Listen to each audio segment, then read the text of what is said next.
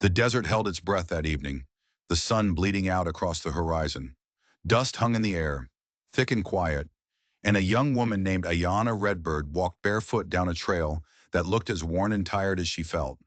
Her shoulders carried a weight that had nothing to do with the miles she'd walked. It was the weight of whispers, of glares, of doors slammed shut in her face. The ache in her chest had finally become too much to bear. So she found herself walking toward the one place she'd always been told to avoid, the ranch house of Colt McGray, a man who lived alone surrounded by miles of empty land and even more rumors. The house was a dark shape against the dying light, a single lantern glowing in one window like a solitary, watchful eye. Her hand trembled as she lifted it. The knock she gave was so soft, it was almost swallowed by the wind. But the door opened anyway, and there he was, Colt McGray, tall and silent, his face carved from shadow and hardship. His eyes were like dark stones that had seen too much. She thought he would send her away. She expected him to. Everyone else had. So she just whispered the truth, the 5 words that had pushed her all this way. "It hurts too much," she said. He didn't move. He just looked at her, his expression unreadable. The silence stretched on, filled with the sound of the prairie wind and the frantic beating of her own heart. She was about to turn, to run back into the darkness that had become her only home. But then he spoke, his voice low and rough, as if he hadn't used it in a long, long time. "I'm here to hold you," he said. He stepped aside, holding the door open. Inside, the air was warm, smelling of wood smoke and coffee. She hesitated on the threshold, a wild thing caught between the trap and the storm. Letting her in was a risk, a huge one. He was already an outsider in the town of Dry Creek, a man rich in land, but poor in friends. Taking in Ayana Redbird, a woman scorned for her bloodline, would be like painting a target on his own back. He knew it. He saw the glint in Sheriff Briggs's eye whenever he rode through town. He heard the venom in Clara Mayfield's gossip. They were just waiting for a reason to come for him, and Ayana was the perfect reason. But when he looked at her, standing there so broken and so proud, he saw something of his own loneliness in her eyes. He saw the same invisible fences, the same quiet pain. So he shut the door behind her. The sound echoed through the small house, a heavy, final sound, like a lock turning, or a promise being made. He didn't offer her words. He didn't have many to give. Instead, he poured hot water into a chipped mug and set it on the table in front of her. She wrapped her cold fingers around it, and for a moment the trembling stopped. They sat in silence for a long time. The fire crackled in the hearth. The wind howled outside. It wasn't an awkward silence. It was something else, a shared quiet, a space where two lonely people could finally breathe without having to explain themselves. He watched her trace the scars on the wooden table with her fingertip. She watched him stare into the flames, his jaw tight, his thoughts 1,000 miles away. They were two strangers, but in that little room, with the world shut out, they felt less alone than they had in years. Then she started to speak. Her voice was quiet, but it filled the room. She told him about her father, a proud chief who had died with a broken spirit. She told him about her people, scattered to the winds. She told him about walking for days with nothing but the ghosts of her past for company. Each word was a stone she was pulling from her own heart, and he listened to the weight of every single one. He didn't interrupt. He didn't offer pity. He just listened, because he knew what it was like to carry stones of his own. He thought of the brother he'd buried, the land that felt more like a cage than a home, the silence that had become his only friend. They weren't falling in love, not yet. It was something deeper, more raw. It was recognition. Two survivors on a life raft, finally seeing they weren't the only one left. And just as that fragile peace settled between them, a new sound cut through the night, the heavy, steady beat of hoofs. Getting closer. Colt's body went rigid. Ayana's breath hitched in her throat. The knock that came wasn't hesitant like hers had been. It was hard and demanding. It rattled the entire doorframe. Colt stood up, his face a mask of stone. He opened the door, and of course it was him. Sheriff Briggs. His massive frame filled the doorway, his face twisted into a permanent scowl. His eyes scanned past Colt, landing on Ayana sitting by the fire. A cruel smile touched his lips. "Well, well, Colt," he sneered. "I heard you were collecting strays." His gaze was a physical thing, dripping with contempt. "This town has rules, you know that. We don't take kindly to mixing good land with bad blood." The threat was clear. It hung in the air like smoke, choking the warmth from the room. Colt didn't say a word. He just stood there, a human wall between the sheriff and the woman he had just let into his home. He didn't have to raise his voice. His silence was a weapon. It was a promise of violence that was far more terrifying than any shout. Briggs held his stare for a long moment, his hand hovering over the butt of his pistol. He was testing Colt, pushing him, but Colt didn't flinch. He didn't move a muscle. Finally, Briggs spat on the ground next to Colt's boot, a final act of disrespect. He turned without another word, mounted his horse, and rode off into the darkness. But his warning remained, a poison that now tainted the fragile peace they had found. Ayanna stood up, her face pale, shame and fear warring in her eyes. "I should go," she whispered. "I've brought trouble to you." She moved toward the door, her hands shaking again. She never should have come. She was a curse, bringing ruin to the only person who had shown her a moment of kindness. But as her hand reached for the wooden handle, Colt's hand covered hers, stopping her. It was a simple touch, but it was electric, firm, unyielding. He didn't say anything. He didn't need to. He just gently pulled her hand away from the door, then walked over and drew the blanket from the chair, wrapping it tightly around her shoulders. The gesture was louder than any words. It said, "You are not trouble. You are not a curse. You are safe here. Stay." The fire burned down to glowing embers. Outside, the world was still full of hate and judgment. But inside that small, quiet house, two outcasts had chosen to face it together. When the sun rose, painting the prairie in shades of gray and pink, Ayanna woke up on a pallet by the fire. For the first time in as long as she could remember, the morning light didn't bring a fresh wave of shame. It brought the smell of coffee. Colt was already up, stoking the fire. He turned and saw she was awake. He walked over and handed her a steaming tin cup. Their eyes met, and there was no pity in his gaze. There was no judgment. There was only a quiet understanding. He hadn't just offered her shelter for a night. He was offering her something she thought she'd lost forever, a place to belong. "Stay," he said, his voice still rough from sleep. "This is big land, too big for one person. Help me build something here. Let this place know both our names." Tears welled in her eyes, but she refused to let them fall. This wasn't a moment for weakness. It was a moment for strength. She nodded, not as a damsel in distress being rescued by a handsome stranger, but as a partner, a survivor who had finally found a place to plant her roots. In the weeks that followed, the town of Dry Creek watched and whispered. Clara Mayfield's tongue wagged faster than ever, painting lurid pictures of what was happening out at the McGray Ranch. Sheriff Briggs would stand on the porch of his office, his eyes following them with a cold, possessive hatred every time they rode into town for supplies. But Colt and Ayanna didn't hide. They walked down the main street side by side, their shoulders almost touching. They didn't flinch from the stares. They didn't lower their eyes. Their silence was its own defiance.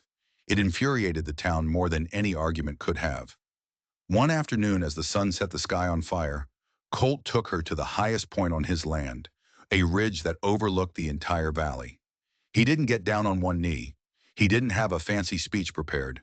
He just took her hand and slipped a simple, hand-carved wooden ring onto her finger. It was a ring he'd whittled himself from the branch of a sturdy oak tree that grew by the creek.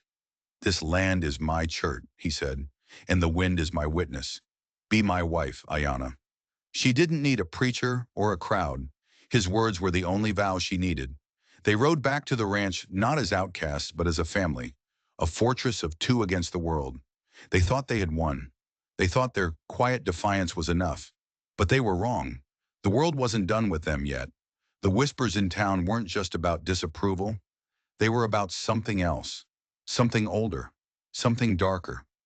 And Sheriff Briggs wasn't just a bigot. He was a man with a secret that was buried right under their feet. One morning, Colt went out to check the well.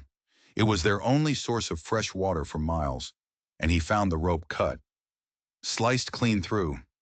The bucket was gone, lost in the darkness below. It wasn't an accident. It was a message. A clear one. Get out. Ayana came running when she heard him curse. She saw the severed rope, the dark, gaping hole of the well.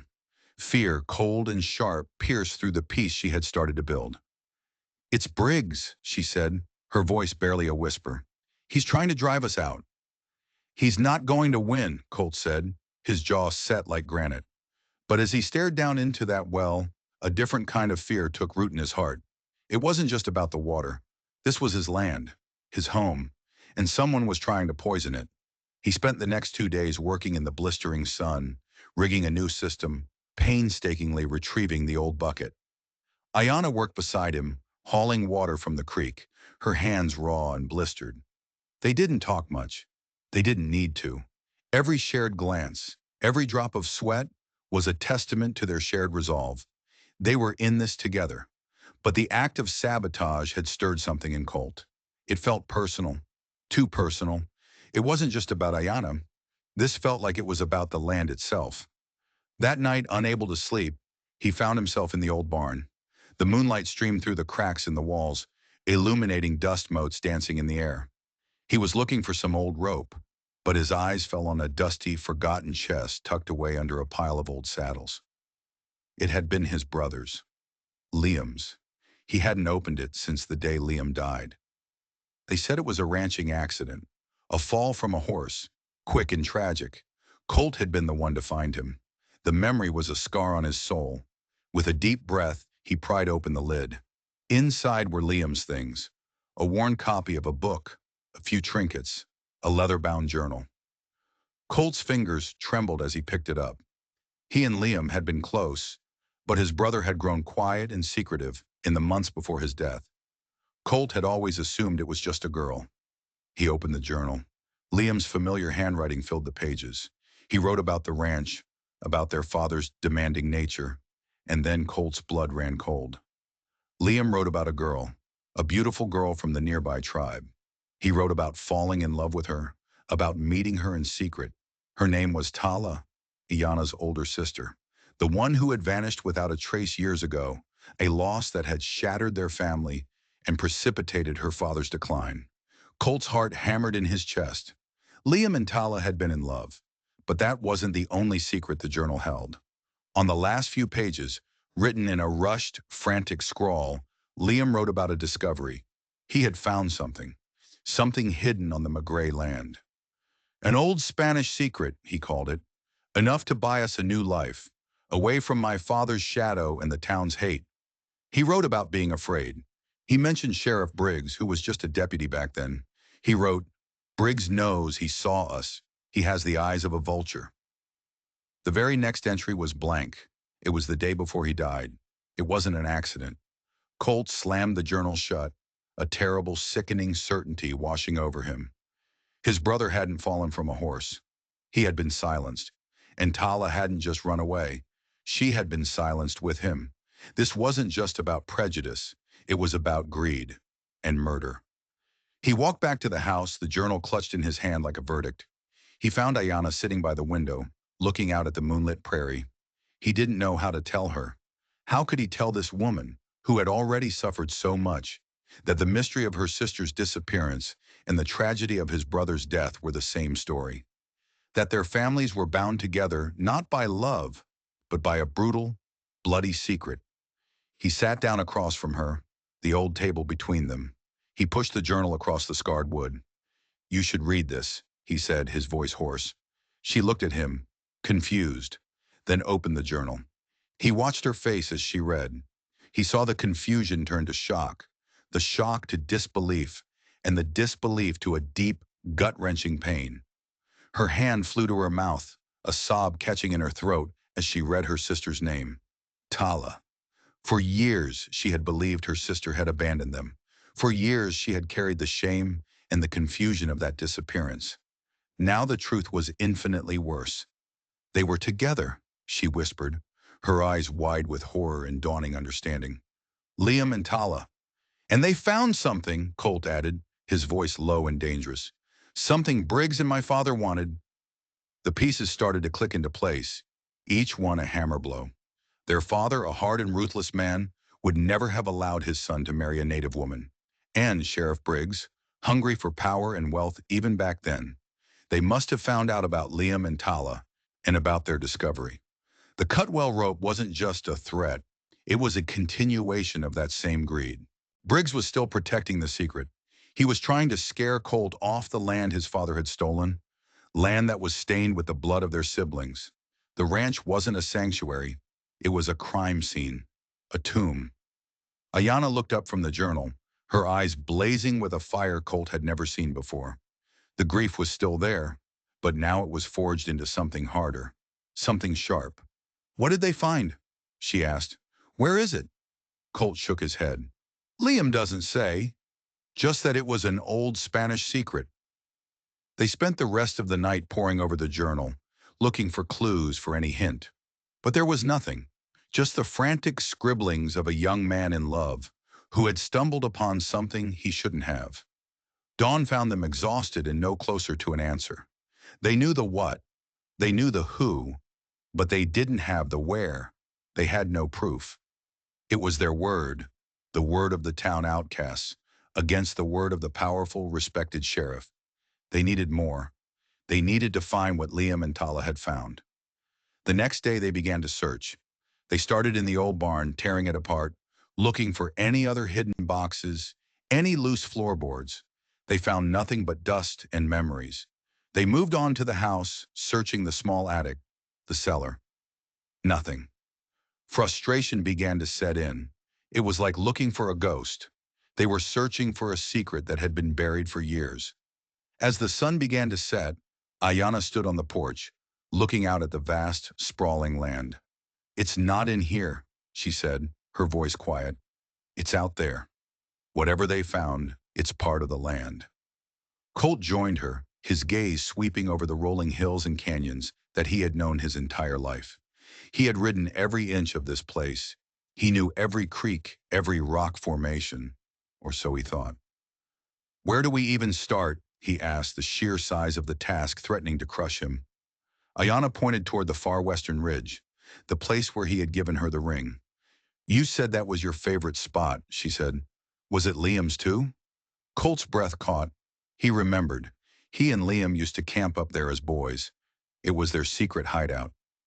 "Yes," he said, a spark of hope igniting in his chest. It was. They saddled the horses and rode out as the last light of day faded from the sky. The ride was silent, each of them lost in their own thoughts. They were no longer just two people trying to build a life together. They were detectives, avengers. They were seeking justice for the dead. When they reached the ridge, a full moon was rising, bathing the landscape in an eerie, silver light. They dismounted and started to search. It felt hopeless. They were looking for a needle in a continent-sized haystack, but Ayana seemed to be guided by something else, an instinct, a connection to her sister that transcended time and death. She walked to a small, gnarled oak tree that stood alone near the edge of the cliff. It was the same tree he'd taken the wood from for her ring. She ran her hand over the rough bark. "Tala loved trees like this," she whispered.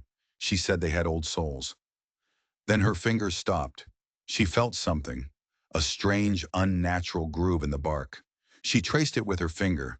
It was a carving, faded and worn by the years, but still visible in the moonlight.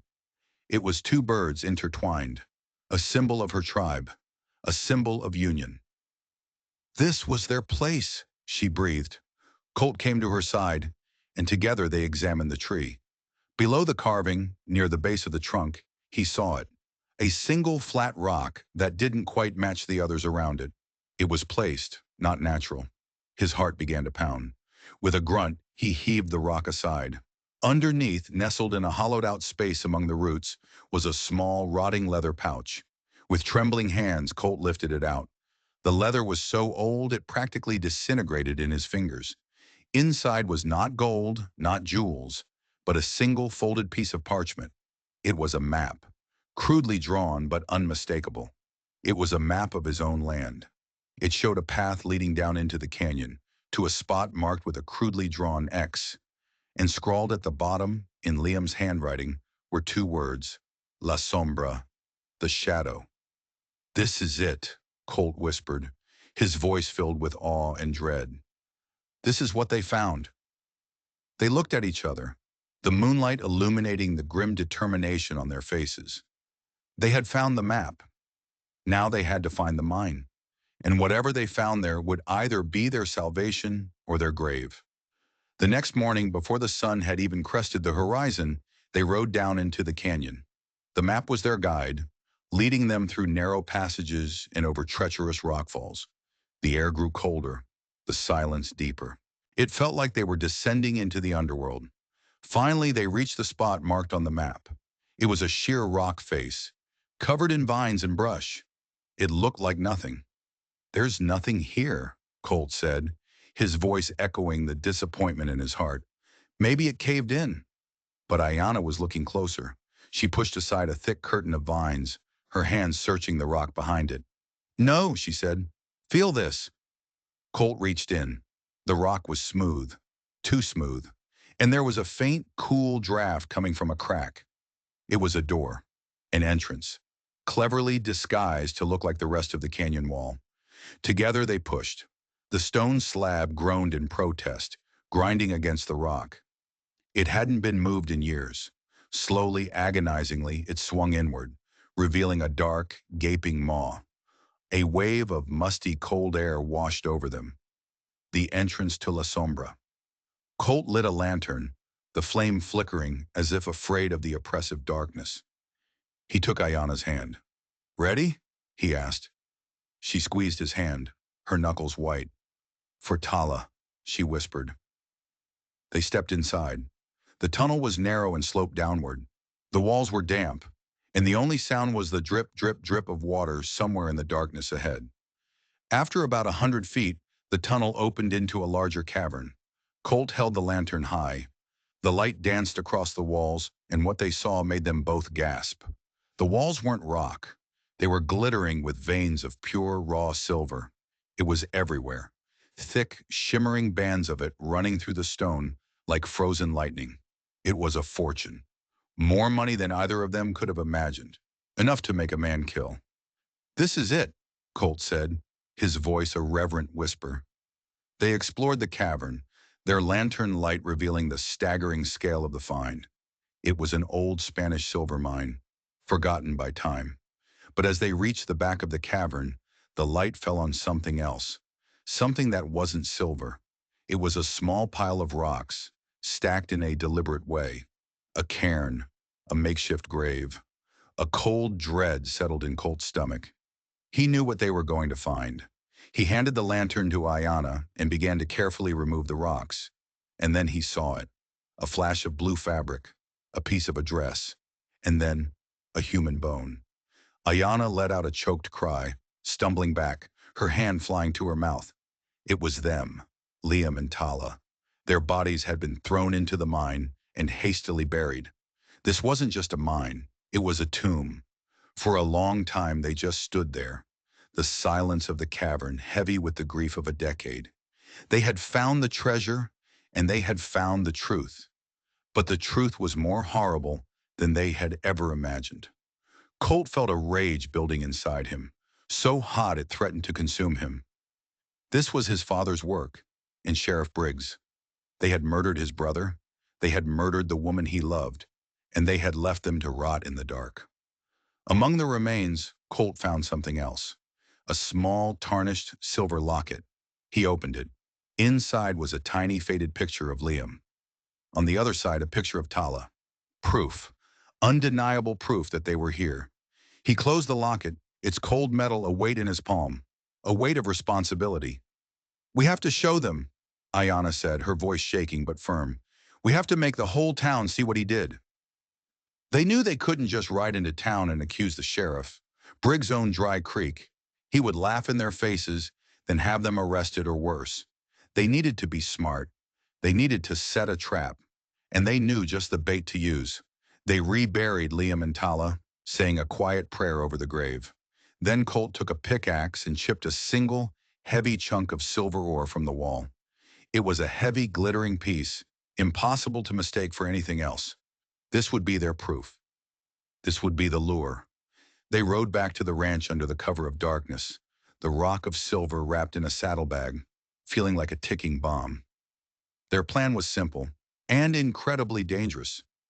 They would leak a rumor that Colt McGray had finally found what his father had always been looking for on that land: gold, or in this case, silver. They would let the town's greed do the work for them. They would let Clara Mayfield's wagging tongue be their messenger. The next day, Ayanna rode into town alone. She went to the general store, her face a mask of poorly concealed excitement. While buying flour and sugar, she let it slip to the store owner, a notorious gossip himself, that Colt had been acting strange, that he'd been spending all his time up on the western ridge, digging, that he'd come back last night with a rock that glittered in the moonlight. She made sure Clara Mayfield was in the next aisle, pretending to inspect a bolt of fabric.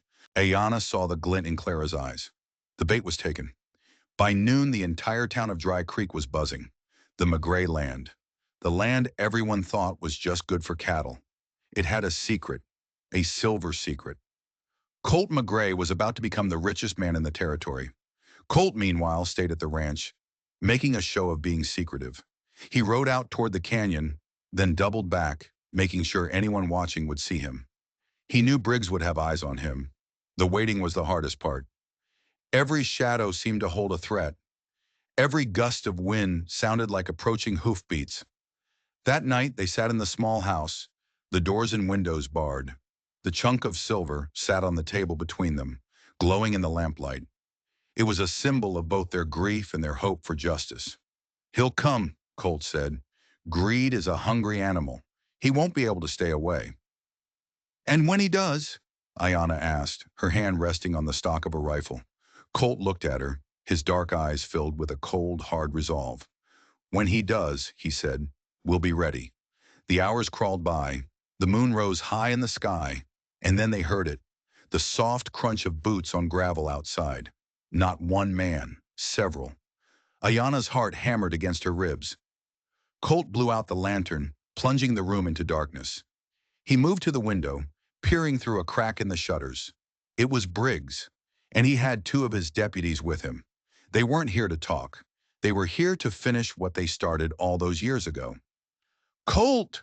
Briggs's voice boomed from the darkness. "We know what you found. Don't be a fool. You can't hold that land by yourself. The town council has decided, for your own protection, to place the land under my authority." It was a flimsy excuse for a robbery, a legal-sounding threat to cover a murder. Colt didn't answer. The silence was his weapon. "Don't make me come in there, boy!" Briggs shouted, his voice laced with impatience. "Last chance!" Still silence. They heard Briggs give an order. "Break it down." A heavy thud slammed against the door. Then another. The wood groaned, splintering. Ayanna raised her rifle, her sights trained on the door. Colt stood beside her, his own shotgun held steady. This was it, the moment of truth. With a final, splintering crash, the door flew open. Three figures were silhouetted against the moonlight. Before they could even step inside, a voice rang out from the darkness. Not from inside the house, but from outside. "That's far enough, Sheriff." Briggs and his deputies froze, spinning around. Standing by the corner of the barn, holding a lantern high, was Miss Clara Mayfield. And she wasn't alone. Behind her stood half the town. The store owner, the blacksmith, the preacher. They were holding rifles, shotguns, and pitchforks. Their faces were grim, illuminated by the flickering lantern light. Briggs was stunned. "Clara, what is the meaning of this? These are my deputies." Clara Mayfield took a step forward, her voice, usually full of petty gossip, now ringing with a strength no one had ever heard from her before. "I know what you did, Jedediah Briggs," she said, using his full name like a curse. "I've known for 10 years. I saw you and old man McGray ride out that night, and I saw you come back alone, covered in dirt and secrets."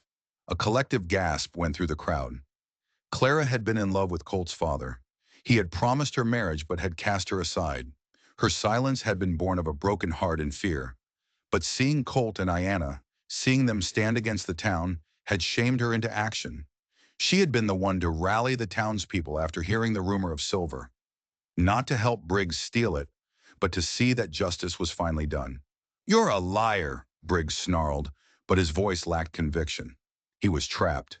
His deputies looked at him, then at the angry mob, and slowly began to lower their weapons. It's over, Briggs, Colt's voice came from the darkened doorway. He stepped out onto the porch, Ayanna beside him. He was holding the chunk of silver ore. This is what you killed them for, isn't it? He said, his voice dripping with contempt. You killed my brother. You killed her sister.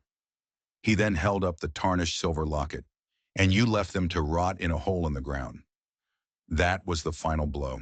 The sight of the locket, the raw silver, and Clara's testimony broke the dam of lies that had held for a decade. The town turned on Briggs. The man they had feared and respected was revealed for what he was, a murderer and a thief. His deputies seized him, their faces full of disgust and betrayal. The swagger was gone. The power was gone. All that was left was a pathetic, greedy man, his crimes finally exposed to the light. The next morning, the town of Dry Creek was changed forever. Sheriff Briggs was locked in his own jail cell, awaiting the circuit judge. The land and the mine were legally and rightfully Colt's. He and Ayanna stood on the porch of the ranch house, watching the sun rise. The air felt cleaner, lighter. They had found justice. They had cleared the names of their lost loved ones. But the silver held no appeal for them. It was stained with blood and grief. A few days later, with the help of the blacksmith and a few other townsfolk, they sealed the entrance to the mine. They rolled a massive boulder in front of it and covered it with dirt and rock, hiding it from the world forever. Their treasure wasn't the silver buried in the darkness. It was the land itself, bathed in sunlight. It was the quiet life they could now build together, free from the shadows of the past. They walked back to the house, their hands clasped. They weren't outcasts anymore. They were the heart of the community, the ones who had pulled a dark secret into the light. The world had thrown its worst at them, and they had not only survived, they had triumphed. They had found that the greatest strength comes not from standing alone, but from standing together. If you've ever felt like the world was against you, or that you were carrying a pain that no one else could understand, remember the story of Colt and Ayanna. Remember that even in the darkest of nights, a single act of kindness, opening a door to a stranger, can change everything. True wealth is not something you can dig from the ground. It's something you build, hand in hand, with the people who see you, who stand by you, and who help you face down your demons. The world might be full of whispers, but a love built on truth can silence them all. If you enjoyed this story, don't forget to hit that subscribe button and turn on notifications so you don't miss the next journey into the strange, the dark, and the mysterious.